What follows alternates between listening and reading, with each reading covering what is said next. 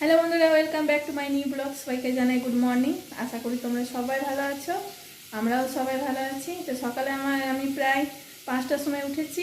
5টার সময় উঠে পরে সমস্ত কিছু কাজ করে চান টান করে ঠাকুরকে আমি পুজো দেওয়া হয়ে গেছে। আর মেয়ে দুটোর আজকে পরীক্ষা, এটা থার্ড টাইমের পরীক্ষা, এটা ফাইনাল পরীক্ষা। তো ওদের জন্য আমাকে সকাল সকাল রান্না বসিয়ে দিয়েছি, ওরা খেয়ে নিয়েছে খাবার। ওদের জন্য আমি রুটি করলাম, বললো যে ভাত খাবো না, সেই জন্য আমি রুটি আর তরকারি করে দিয়েছি।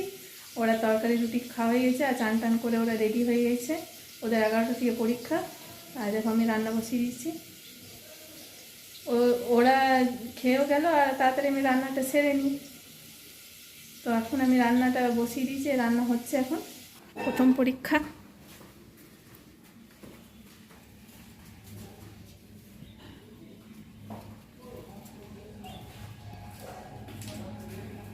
না চাপিয়েছি, হ্যাঁ হ্যাঁ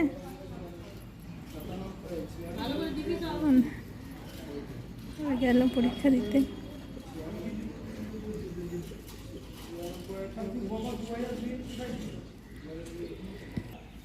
অনেক সময় চলে গেল পরীক্ষা দিতে। এবার আমি রান্নাটা সেরে নিলাম। আমার রান্না প্রায় কমপ্লিট হয়ে গেছে। আর আমি আজকে রান্না করছি পটল আলুর তরকারি, ডাল, ভাত, আর এদিকে একটা ডিমের কারি করেছি। আর অনেক সময় পরীক্ষা দিতে গেছে, ওরা সে 2টোর সময় আসবে। তো ওরা যখন আসবে তখন খাবো। তো মা এখন বললো যে বাসনগুলো মেজে দিই, যেগুলো রান্না করেছি সেই বাসনগুলো ধুই দিই। আর মা পনকা শাকের পোস্ত খেতে ভালোবাসে, সেই জন্য পনকা শাক আমি যে করে নিয়ে এলাম, এনে করে মা কেটে দিল। এই পোস্ত বসিয়েছি, পনকা শাকের পোস্ত বড়ি দিয়ে। মা খেতে খুব পছন্দ করে, ওই যে করে নিয়ে এলাম। আর আমি তো হাঁটতেও পারছি না, পায়ে প্রচণ্ড ব্যথা, তা আমি নিয়ে এলাম, খাবে। আর বসতে পারছি না ঠিকঠাকভাবে, সেই জন্য মা বললো যে রান্নার বাসনগুলো আছে দিয়ে দিয়ে আমাকে, আমি বসে বসে ধুয়ে দিই। মা এখন বাসনগুলো ধুচ্ছে, শাকটা হোক আর আমি এদিকে পোস্তটা বেটে নিই। আর মা বাসন ধুচ্ছে, মা বাসনগুলো ধুচ্ছে। আর এখানে আমি শিল পেতেছি, পোস্তটা বেটে নিই। টুল ছাড়া আমি বাড়তে পারবো না, নিচে বসে খুব প্রচণ্ড পায়ে ব্যথা করছে আমার। গোড়ালিটা এখনও ফুলে আছে, গরম জল দিয়ে স্যাক করবো। পা গুটিয়ে আমি বসতে পারছি না, আর পা ভাঁজ করে বসলে পরে আমি আর পাটাকে সোজা করতে পারছি না, প্রচণ্ড পায়ে ব্যথা করছে, পাটা খুব ফুলে গেছে। তো কালকে 2-3বার গরম জলে স্যাক করেছি, আর আজকে এখনও স্যাক করবো।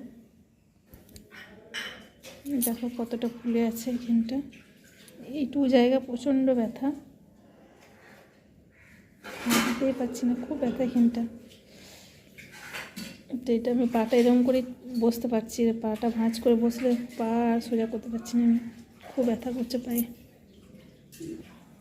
মনীষা বললো যে মা আমরা পরীক্ষা দিয়ে আসবো, তারপরে দিদা দাদু আমরা সবাই মিলে একসাথে খাবো। আর মা বাবাকে আমি ডাকলাম, পায়ে ব্যথা তো এবার কোনো কিছু করতে পারছি না তাড়াহুড়োতে, আর ওদের পরীক্ষাও আছে, সেই জন্য বললাম 1 সপ্তাহ মতন আমার কাছে এসে থাকো।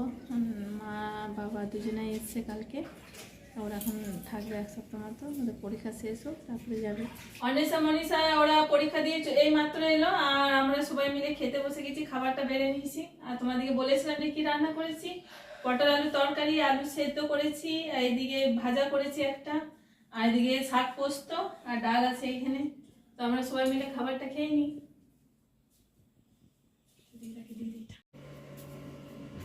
আমার এই মাত্র সন্ধ্যে দেওয়া কমপ্লিট হলো, আর এখনো অবধি জল আসেনি। আর আজকে খুব মেঘলা মেঘলা করছে, প্রচণ্ড ঠান্ডা লাগছে। রান্নাঘরে আমি চলে এসেছি সন্ধ্যে আরে দিয়ে, আর মা বললো যে একটু মুড়ি খাবো, তো আমাকে একটু শসা কুচি, গাজর কুচিতে মূলো দিয়ে দে, মূলো কুচি করে দিয়েছি। তো এগুলো আমি সব ধুয়ে টুয়ে পরিষ্কার করে কেটে নিয়েছি। এর মধ্যে শসা আছে, গাজর আছে, আর মূলো আছে। তো মাকে আমি মুড়িটা দিয়ে দিই, এখন সন্ধ্যের সময় টিফিন করবে একটু। সব কুচি কুচি কুচি করে কেটেছি আমি।